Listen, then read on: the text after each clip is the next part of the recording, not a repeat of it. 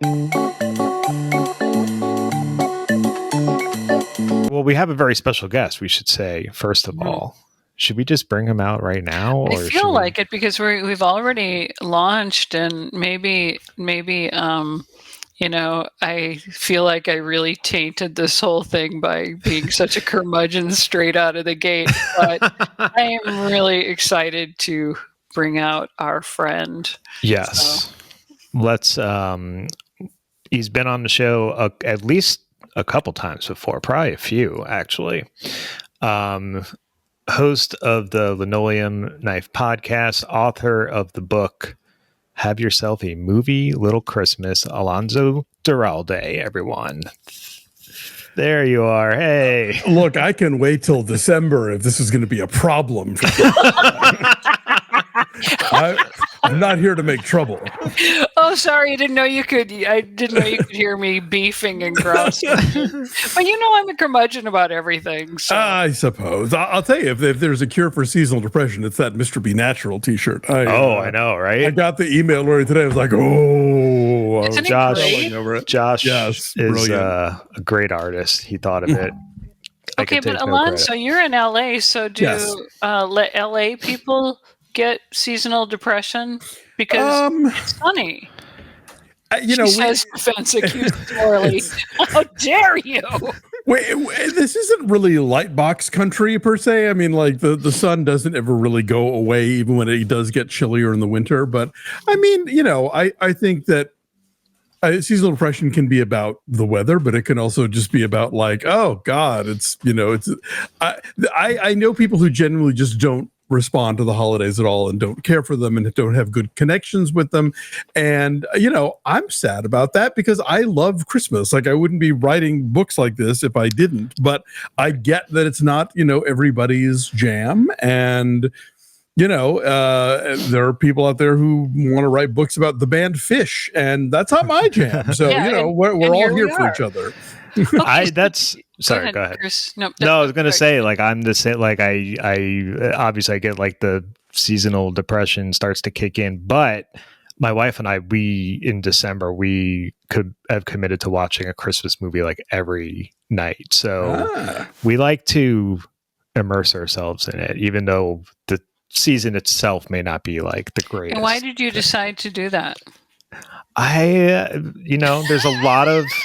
There's a lot to watch on Netflix and Hallmark, and there's so many Christmas movies just being churned out every year. And Lindsay Lohan's in like 90% of them. Excellent. And that's why not nearly enough of them. Alonso, were you always a Christmas fiend from being a little kid or not? Yeah, it was something I always really looked forward to. I think my family, I'm the youngest of 7, so it was always a very big kind of family thing.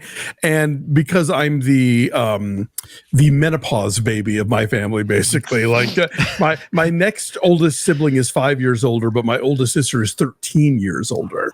So when I was a kid, Christmas meant everybody was coming home from colleges and whatnot. And so it was cool to have like the house full again. So it was something I always really looked forward to, the food of it, the music of it. I have always been somebody who loved Christmas, and I've always been somebody who loved movies. It wasn't until later that I kind of crossed the streams and figured out that both of them together were like really something I was going to be delighted by. Right, because this is revised and updated. So how did you get launched your first version, the unrevised and unupdated and dated? The original version came out in 2010, and it happened because I literally met the guy who would become my book agent at a film festival party. And he asked me what ideas I had, and I said, well, I have this idea about Christmas movies. I don't know. And he thought it was, he actually supported it. And so kind of taught me how to do, a pitch and stuff. I had written one other book, but it was published by a publishing company that was owned by the magazine where I worked. So I literally just walked down the hall and stuck my head in someone's office and said, hey, I have an idea. But this one I had to really kind of do the thing where you write a sample chapter and, do all the stuff that you do for a pitch. And at first zero interest, and then literally a year later, when I'd all but forgotten about it, the one last publisher who hadn't said no said yes. So I did the book in 2010, and it was working off of a lot of kind of magazine and newspaper feature pieces I had been asked to do over the years of like, give me a list of like Christmas horror movies or Christmas movies that people don't think of as Christmas movies, that kind of thing. So I had this sort of collection of not just sort of the obvious beloved classics, but also films like Eyes Wide Shut or Metropolitan or The Lion in Winter that were in this kind of like, well, they are Christmas movies technically, depending on how you look at them, and you can read them in a way that makes Christmas not just sort of a happy accident, and so yeah, the book comes out in 2010, and then in the 15 years since then, the Christmas movie as an idea, as a concept, has really exploded. I think Hallmark has obviously played a big part of that, but it's the media around Christmas, is a lot more talked about. Back when the book came out, my friend William Bibiani was like, "Oh, we should do a podcast about Christmas movies." I was like, "That's nuts. Who but me gives a shit about this stuff the rest of the year?" Right, I know. I could have been on the ground floor of that action. But now there's a ton of Christmas movie podcasts and Christmas TV podcasts and all kinds of stuff like that. And Hallmark shows their stuff like all year round. Like one night a week they show a Christmas movie because they know that that's really their bread and butter. So that had changed, and then obviously a lot more movies came out in that time that I wanted to add, and even some classics that I had somehow missed before that I had discovered for myself. I was like, oh, I need to write about that now too. So there was enough stuff that I could do a second edition that wouldn't feel like a retread. There's about 100 new titles, more than that actually, in this version. And then everything that's in the first book is either there at the same size or at least maybe kind of shrunk down to, hey, you should also see this, just so I could accommodate all the new material. Did you have to, I have many questions, and we want to hear from people in the chat too, but did you have, what was my first question? So, do you know off the top of your head what classics you missed the first go around? Oh, sure. Yeah. I'll tell you, my big area that I had somehow not been keeping up with was there's this whole subgenre of Christmas noir. Which, thanks to the fine folks at Turner Classic Movies, I had suddenly stumbled upon the last couple of years. So I had not written about Blast of Silence. I had not written about Cash on Demand or Mr. Soft Touch. So those all got added. I had never seen the British 50s drama, The Holly and the Ivy. That was a new one for me. I haven't seen any of these, so I'm going to add a lot to my list. This is why, you talk about doing one a week or one a night, between now and the Christmas. Like, there's so much to look at. That's why I'm a big endorser of watch these in April. We won't tell anybody, but there's just too much to try to smoosh between Thanksgiving and Christmas. Yeah. I had not written about Auntie Mame the first time because I just thought, it's one scene or whatever. But I really realized how many people look at that as a Christmas movie, even though it is just that one scene. So that's new as well. And then it's weird to think about, but in 2010 people weren't streaming anywhere near. That was still, Netflix was still sending out DVDs discs in the mail. When I was researching this book, I subscribed to Netflix. I subscribed to this other thing called Green Cine that no longer exists, and I still had video stores in my neighborhood that I could go to. And thank God, because video store clerks, they were the ones who would have the ideas. When on the second or third go round of going into Rocket Video on La Brea and checking out a bunch of Christmas Carol adaptations, finally one of the guys is like, what are you working on? And I told him, and he's like, oh, you need to watch The Silent Partner, which is a movie that I had not heard of. And thanks to them, I did find it and wrote about it in the first one. It's still in the second edition. A great thriller with Elliot Gould and Christopher Plummer. It was not the idea of Christmas movies as a topic of conversation and as a people really knowing exactly what they are and aren't, at least to their own thinking was not as much a thing in 2010 as it is in 2025. Right. Okay. So, so did you watch, backing up a little bit, have you watched every damn iteration of A Christmas Carol? I thought I had done a pretty good job, but there is a whole book that is nothing but Christmas Carol adaptations for film and TV, going all the way back to the silent era, like these it's got to be like hundreds, right? Oh yeah, it's insane. Like there's literally an entire book about it, and so I do a pretty good job of covering like a decent swath of them. But I mean, and they keep coming. Like this year alone, Dave and I drove out to a theater to see a Bangladeshi adaptation of A Christmas Carol set during the Muslim holiday of Eid. You're killing me. Called Utshub, that was really quite good. And then they just came out with a film called Christmas Karma, which the woman who directed Bend It Like Beckham did, which is sort of a kind of a Bollywood musical take on the material, which has gotten some really bad reviews in the UK, but others that are more mixed. So I'm really curious to see it. It barely got a theatrical release in the US, so I'm hoping it's going to be streaming. So. Isn't Robert Eggers working on a Christmas Carol movie or something? Robert Eggers is working on a Christmas Carol, and then Ty West is working on one with Johnny Depp as Scrooge. So yeah, it's the most adapted work of fiction in the English language. It is a great. I love that. I Suck It, Hamlet. So it's a lot to keep up with, and the guy who wrote that book or lady, I forget, has done a better job of it than I have. When we were talking about it on Movie Joe Night last week, I erroneously or conflated the two. All I said was that you've done a deep dive on Hallmark Christmas movies, because that's my idea of where all Christmas movies come from.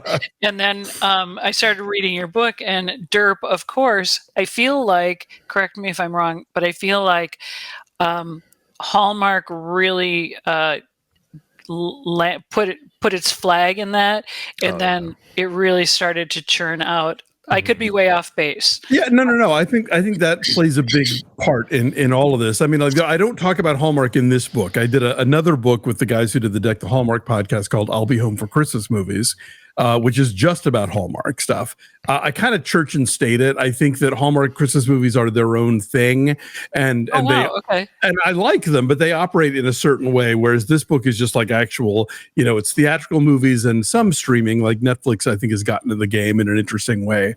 But yeah, I think the Hallmark phenomenon kind of set off a lot of different things. Like, there was, going into like 2020, 2021, the number of Christmas movies that were being produced for like cable channels or whatever from year to year was leaping like 200, 300, 500%. Like a blogger I know is really keeping track of that.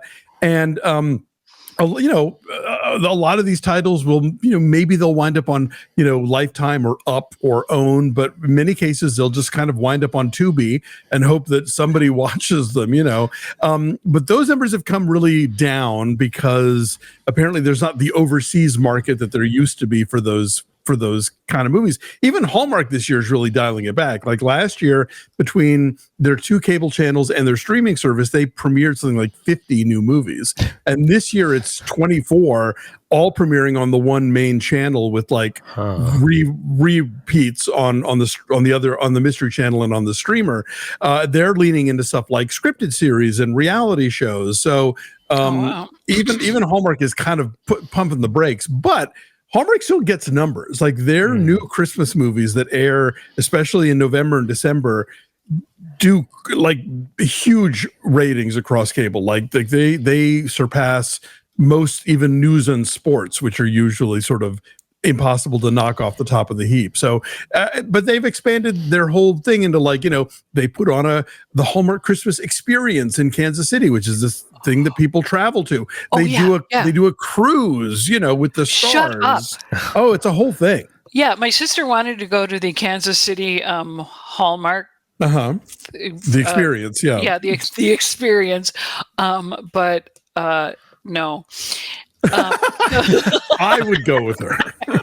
Oh my gosh, she would love that. Okay, Chris, I want to ask you if you and Jen have your first movie teed up and what Alonso might offer on that. So we were just going through Netflix because last year we watched a ton of Netflix Christmas movies, and I pulled up the posters for some of them. But then as we were going through that, there's a whole new crop of 2025 Christmas movies that I started adding, and now I can't even remember which ones we added. but these are the ones we watched last year. This one was Our Little Secret, starring Lindsay Lohan. Okay, where I think she's with her stepbrother or something. There's some weird kind of. No, really? She has a fiance. The fiance's sister is now engaged to her ex-boyfriend. They all show up at the same house for Christmas, and she and the ex-boyfriend have to pretend that they don't know each other, basically. Right. And then, of course, wind up falling back in love with each other. It's very Noel Coward. Yeah. I would think, yes, of course. This one, Holiday with Emma Roberts. This was. I write about that one in the book, actually. Oh, really? I think that was pretty funny. Yeah. What else do we have? Love Hard. This one actually wasn't too bad. That is a good one. Jimmy O Yang plays like a guy who catfishes this woman and uses this other guy's pictures. It's a whole kind of, what do they call that? Well, it's the lies we tell for love. It says right on the poster. It's a fun screwball. Yeah. Oh, so now this one I didn't watch, but Jen watched it and she showed me a trailer of it, and it's really amateurish. Like, it's odd how kind of bottom of the barrel this one. When I see a poster like this and I don't know who any of the three people are, and believe me, I am versed in the universe of Hall stars now. Like Dave and I just did a Mad Men rewatch, and I kept going, oh, Hallmark person, who would like pop up in these small roles. But yeah, if it looks like if it's that basic of a poster and I don't know who the people are, I can just imagine it's going to be, Well, Jen pointed out it all takes place in an apartment building, but they clearly filmed it like in an office. They're treating the hallways like apartments. That is, they have elevators, business, right? Yeah, totally. There's another Lindsay Lohan, Falling for Christmas. I don't remember.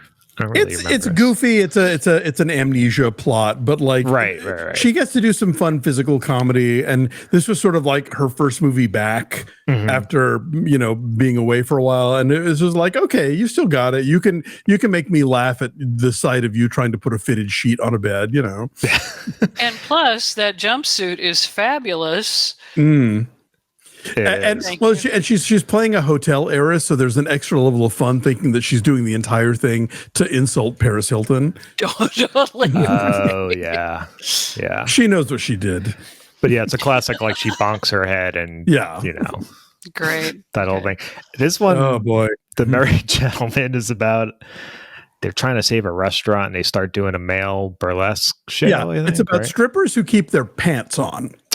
Yeah, like literally, these are strippers who wear jeans. Bless their hearts. To a crowd of 7 women, and somehow that's going to save the bar. Well, they are threading the needle for their audience and the risque factor, and But so Chris, have you seen all of these? All of those I've watched, and there's many more. A log of any sort? We really should. We used to. I need to start doing that again. The thing about these Netflix movies that look like Hallmark movies with better budgets is like when they're like Holiday or Love Hard, it's like they allow themselves to be a little saucier. They could be R-rated even. But Merry Gentleman could have aired on Hallmark. It's very so safe and tepid, And so it's like, well, why? What's the point? Like, if you're going to do Netflix, like, take advantage of the liberties that Netflix gives you. Yeah. I have not taken a deep dive into Have Yourself a Movie Little Christmas, but I remembered just now that my dear friend Melinda Cordich was in a 2023 Christmas movie shot here in the Twin Cities called Rescuing Christmas. Does that ring a bell? I don't know that one. Wait, Rescuing Christmas. Is Lacey Chabert in that one? Who? Lacey Chabert. From you're thinking of Hot Frosty. Well, there's Hot Frosty she's in, but there's he says a vicious. Well, she's she's the queen of Hallmark. Yeah, Mary Jo. She was in Mean Girls. Well, what's the one where she lives in a town with like there's like, is she a Scrooge and then she kind of becomes like enamored with all the neighbors. They like celebrate Christmas year round. Haul Out the Holly. Yes. There's like 3 of them. There's 3 of them. They did this year. We got Howl Out the Halloween. Actually, Mary Jo, your buddy Melissa Peterman is in those movies. Oh wow! Okay. And they are actually pretty funny because they have people like her and Stephen Tobolowsky in them. Stephen Tobolowsky's in them. Yeah, and so like Lacey Chabert, perfect example. She is the reigning queen of Hallmark right now, and a lot of the formula relies upon like that person from that show you liked in the 90s when you person in the demographic were ostensibly probably 14. So you get people who used to be on Full House or used to be on various One Tree Hill, that kind of thing. They wind up being the stars of these things. So how did you even this cannot be the entire archive of all Christmas movies in the world. Oh, absolutely not. How do you even know when to be okay, quit? This has got to stop. Yeah, I guess that's the word I'm looking for. Yeah, I mean, I have a deadline, thankfully. I mean, here's the thing. When the book came out in 2010, there was almost immediately, like within months of the book coming out, new Christmas movies that I wish I had put in there. And so it was like, but you're not a website, you're a book, and I cannot, update you except my own copy with, notes in the margin, and that will help no one. So I kind of had this sort of running list in my head of like, well, when the day comes that I get to do a second edition, like these are the movies that I want to put in. But yeah, at some point you just have to be like, well, I'm turning this thing in early 2025 and we're done until the next go round. We'll see if there's ever going to be like a third edition. But yeah, it is by no means encyclopedic. And I'm very clear about that from the jump. It's a very subjective thing of like, I like these movies, or at least they're a big enough deal that I understand that I need to talk about them and I have to acknowledge their existence and get into what makes them popular and why people keep going back to them. But yeah, it's I hope it encourages people to sort of try stuff they hadn't thought about before, or even just movies they never heard about before. I always liken it to growing up in my house. We had like 5 Christmas albums. So it was Bing, Andy Williams, Dean Martin, Perry Como, and the Boston Pops. And so growing up, that was my idea of what Christmas music was, because we never would tune into the radio station that went all Christmas. And, this was before the internet and all that. But then later on in life, like, oh, wow, Lena Horne and Ella Fitzgerald and the Ray Conn of singers, like I'm in for all of this stuff. And so, yeah, I hope that if people are like, oh, Christmas movies, you mean Elf, right? Mm-hmm. And Love Actually and It's a Wonderful Life. Like, yes, I do. But have you thought about, Remember the Night or Desk Set or, 1985 or whatever. Right. Oh my gosh. No, right. Okay. I'm all over the map here, Chris. Jump in at any time. And then I want to check the chat. I can't multitask. Yes, I've been highlighting some questions and comments. But here's an unpopular opinion that I am just going to put out there. I hate the movie Love Actually. There, I said it. Jen and I were just talking about that. You're not alone in that. Do you know the writer Lindy West? Yes. Oh, yeah. Love her. She has a collection of criticism of film reviews that she wrote, and the title is "Shit Actually." So she famously despises Love Actually. Yeah. And you do. No, she does. Okay. I am of the camp of like, if you hate it, I totally get why. And if you love it, I totally get why. Mm-hmm. Because I think what that movie, its appeal is the fact that just London at Christmas time is such a beautiful, shiny bauble. And you have all of these attractive Brits exchanging that Richard Curtis zing dialogue, and you get to watch Emma Thompson cry. And like, there's things along the way that are sort of undeniably pleasurable and that you understand why people want to go back and watch them every year. However, also, it is a movie that is about men falling in love with their employees, and it's not a great look, and it is kind of weirdly sexist, and just backward thinking in a lot of ways. And so, yeah, I can also see why it grates like, touching insulation, so yeah, I can go either way with it. I love the way you put things. And if y'all aren't tuning into Linoleum Knife, which just celebrated its 15th anniversary, it's true. Every time I listen to it, I'm smarter, and my little cloistered world is kind of open up, because I feel so clueless these days. Thank you. But I feel like when you say that you hate Love Actually, it's kind of like that Seinfeld episode where nobody can say that they hated the English patient, right? Yeah. So, and Chris, you're on the same. You have this. Yes. You and Jen have the same. Well, it's one of those movies. I think that probably wasn't like a huge hit when it came out, but I think over time. It was okay, but it still has always had remains, this cult following where it became like kind of like an instant tradition for a lot of people. Yeah, no, in Los Angeles they do a Love Actually live every year. That's like where they perform all the songs from the soundtrack and sort of do like parts of the movie as well on stage. It's a thing. I've never been, but I watched it for the first time maybe like 10 years ago, I want to say, and I was just like, I don't know. And then someone put it on again a couple years later, and I was like, I don't get it. Like, I just like the way you did. I can appreciate like a kind of schmaltzy Christmas movie for what it is, but there's too many weird there's too much like weird subtext going on throughout and suggesting very kind of inappropriate things. Yeah, it's odd. We have a lot of comments and questions and stuff. Oh, here. Are you tracking them? Because how, okay. A lot of these are more common. I think people just want to get Alonso's thoughts on some of these. Sure, shoot. Let's see. Penguins asks any Christmas horror films you can recommend. Sure. Yeah, I've got a whole chapter of them. In recent years, I think Krampus is a lot of fun. The Michael Dougherty film. Yep, that is good. I like a film called Better Watch Out, which is sort of an idea of like, what if Kevin McAllister from Home Alone were a slightly older, horny tween, but still a total sadist. Your one sentence reviews, like my mom's book reviews. Oh, that is high praise. Thank you. The first and third versions of Black Christmas. That one's got a yeah. Okay, the original's great. Yeah, that third one's the one that's like really doing its own thing, right? That's like the third one is the more sort of like, it's the kind of it's the Me Too take on the material.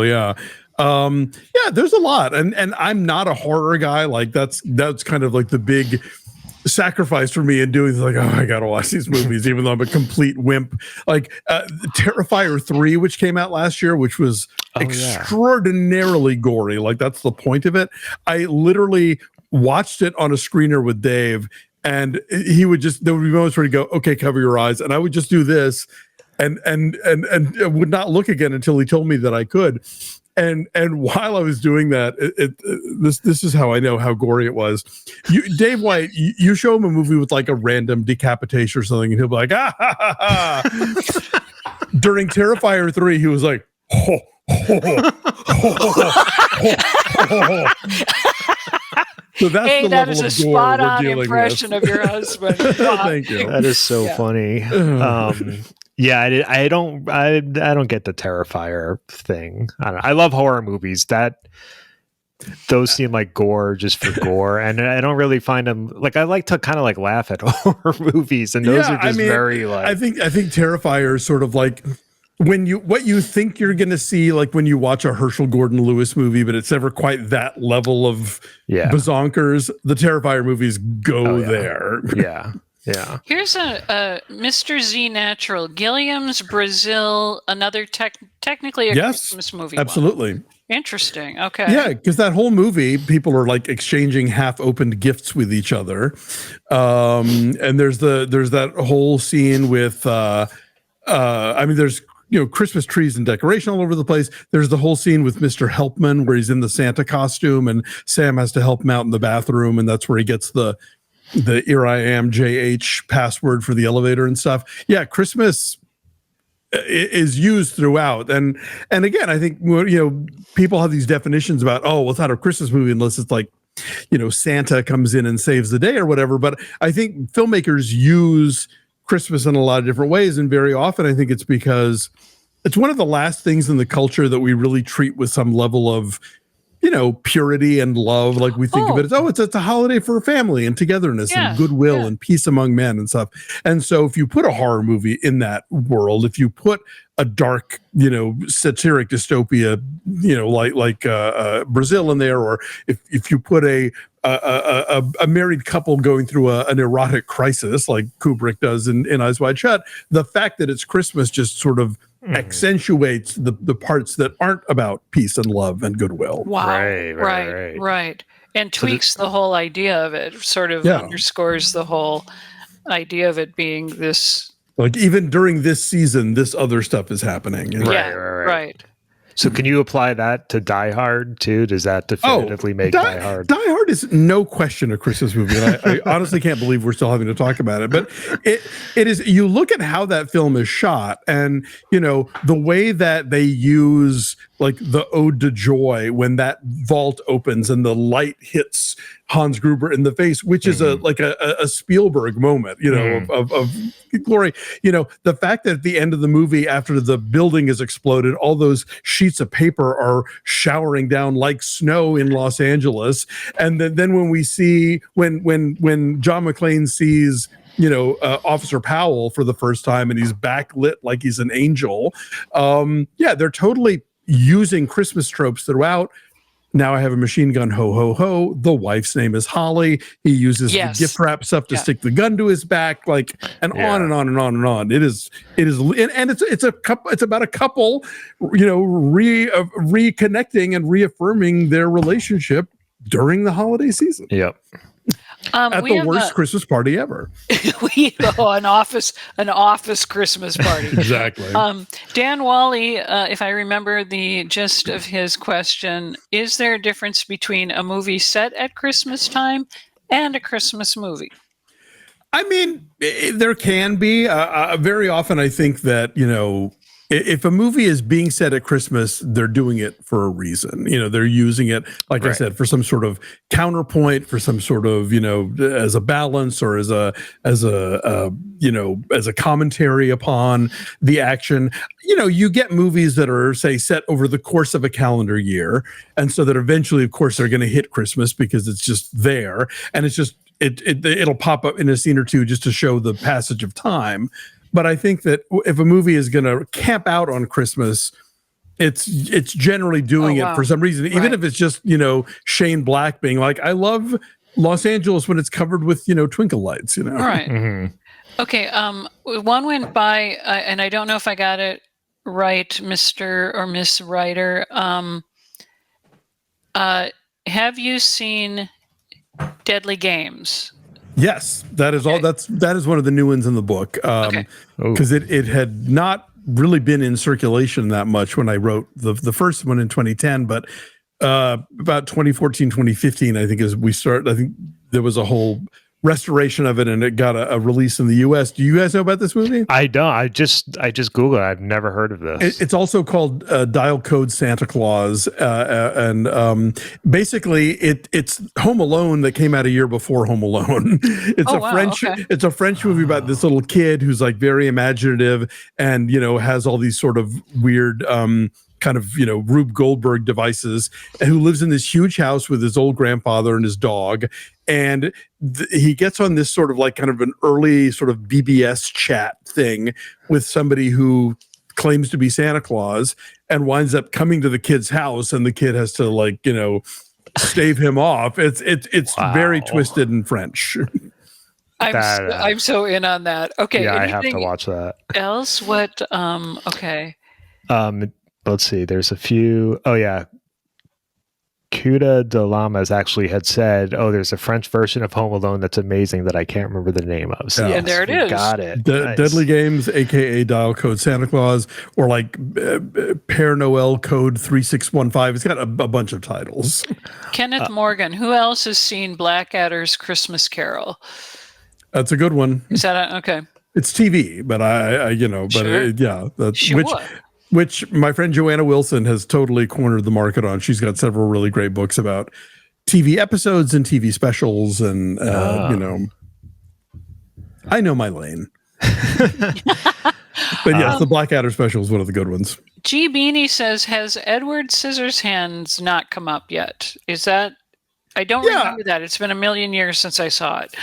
It does have that amazing moment where he's carving the ice sculptures and it's suddenly snowing in their little Florida, subdivision or whatever. I don't go in deep on it, but I talk about how it's sort of, I think it's almost this kind of unofficial trilogy, because you've got Burton directing Batman Returns, which is very much a Christmas movie, and then producing The Nightmare Before Christmas. And between those films, you've got Edward Scissorhands, which has, some Christmas flavor to it for sure. Alonso, okay, because I have all these notes in front of me. Sorry about that. Where, have you posted the link yet, Chris? Yes, but I will, okay. I'll share it again. And Hollywood Pride, I'm really excited to read, and I hope that people will check that out too. I can't wait for that. And then I've arranged my life so that every June and every December I get to hit the trail again and work my books. Why not? No, I can't wait to read that one. And then going a little far afield here, but you are one of 3 people I know who have been on Jeopardy. Isn't that crazy? I know John earlier for Master Pancake was on it too. Oh, that's right. Yeah. So, do you have like 30 seconds? Like, what was that like? Yeah, it was amazing. So if you live in Los Angeles, what they do is they bring you in the first time as a backup, like in case somebody misses their flight or gets sick or whatever. And so I went in one whole day where I did not play, but I got to practice between games and I got to sort of watch the whole process and see how it went without the nerves of having to be on. And then what they do is when you do come back to do your episode, you get to be on the first show of the day. Which worked out for me because I lost and I immediately got to go home. Did you make any money off? Like, how does that work? Well, what's cool about that compared to of all the game shows I've been on, this is the only one where everybody gets something. So the winner gets whatever they win. But if you come in second, you get $2,000, and even if you come in third, you get $1,000. So that's pretty swell. And no, it was a cool experience. The woman that I lost to was like, I guess, just the right amount of nervous that she just like could not be out buzzed, on the thing. But then I guess she relaxed a little and like got creamed on her second episode. So serves her right for kicking my friend along. But but I'm glad I got to do it, and it was Trebek was still around, and so it's one of those things I can always say it was an honor to be nominated. I got to go on Jeopardy. We have a question from Emmy Martian wants to know, Alonso, if you've seen 1200 Ghosts of Christmas. She's shown this before. It's a Christmas Carol version cut together from like 400 different adaptations. Yes. I forgot that's what it was called.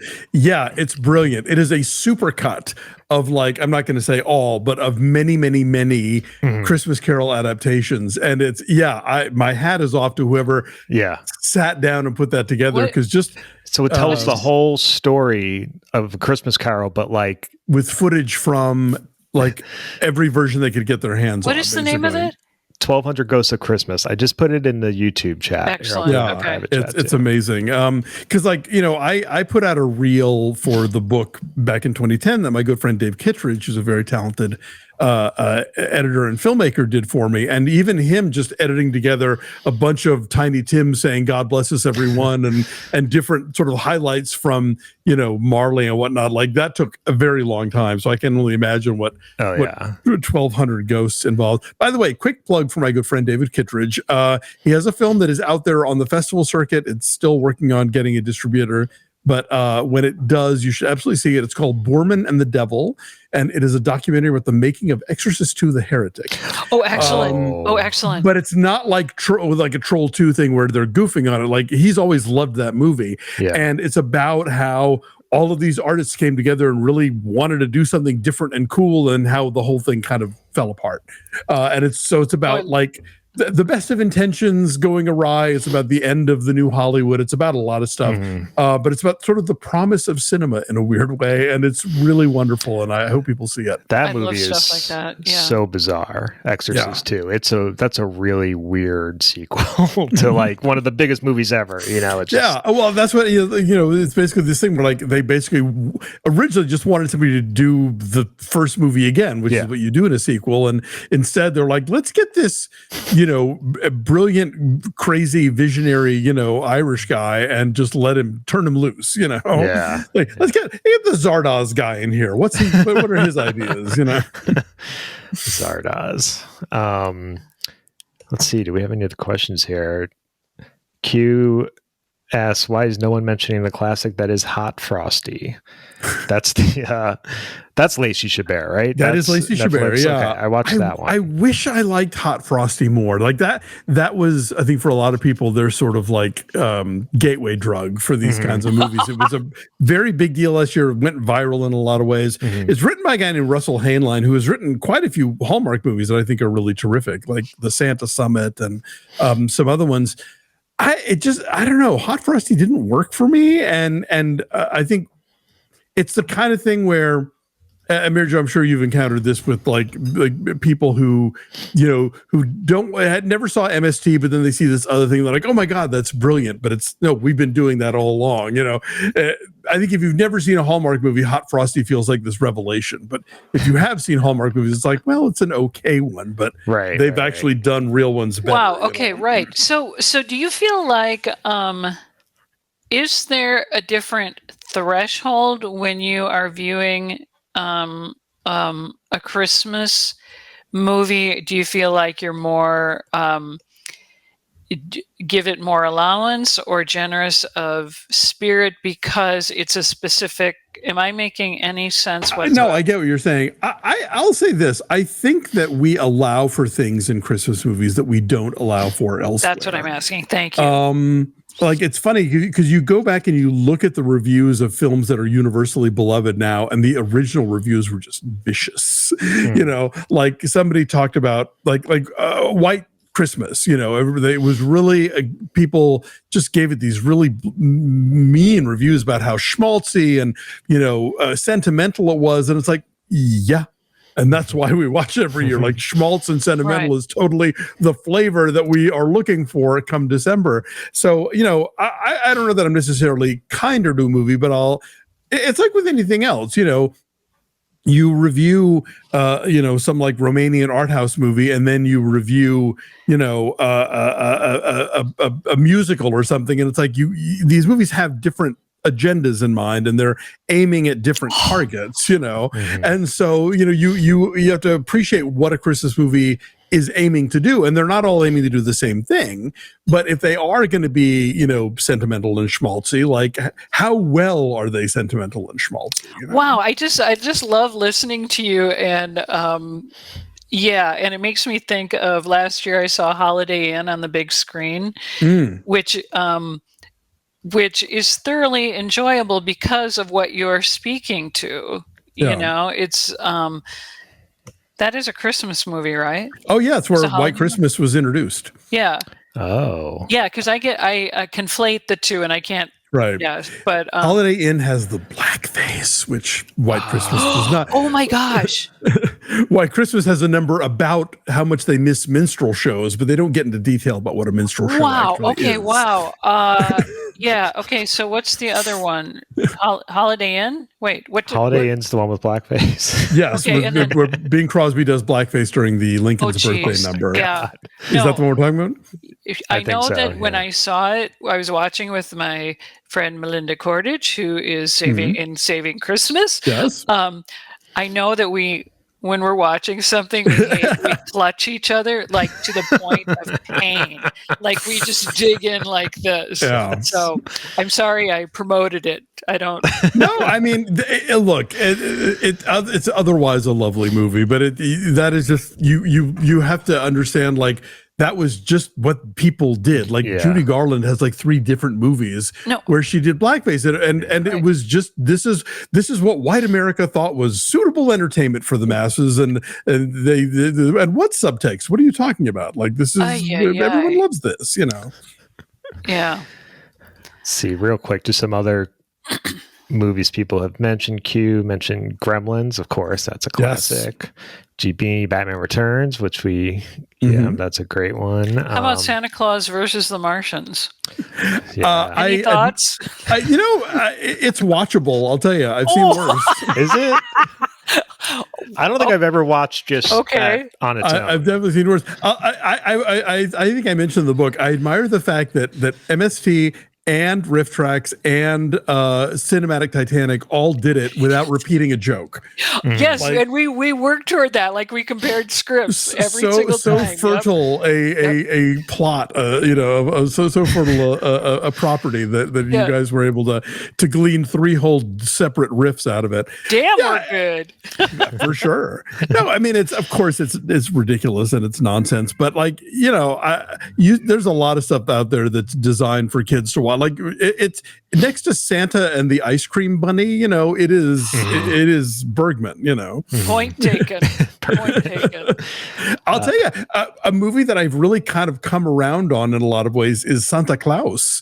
The Mexican one, which I originally, like most people, saw on MST for the first time. But very few Christmases have gone by since then that I don't watch it again. And there is something kind of which version? Like, I have the Blu-ray. I have the full uncut, the getting keys from Vulcan scene, and what I admire about it is I for a while I actually sort of taught a class about this idea that filmmakers, you can kind of judge them in a way by how well they respond to things not working out the way they planned, like the famous, Orson Welles had to shoot a big scene for Macbeth and the costumes didn't arrive. So he just reset the whole thing in a steam bath so that everybody could just be wrapped in sheets and still do the same scene and he could get it shot. And you look at what they're doing in this movie, it's like, okay, we can't afford to do winter. What if we just build a cardboard palace and put a bunch of cotton balls and say he lives in the clouds?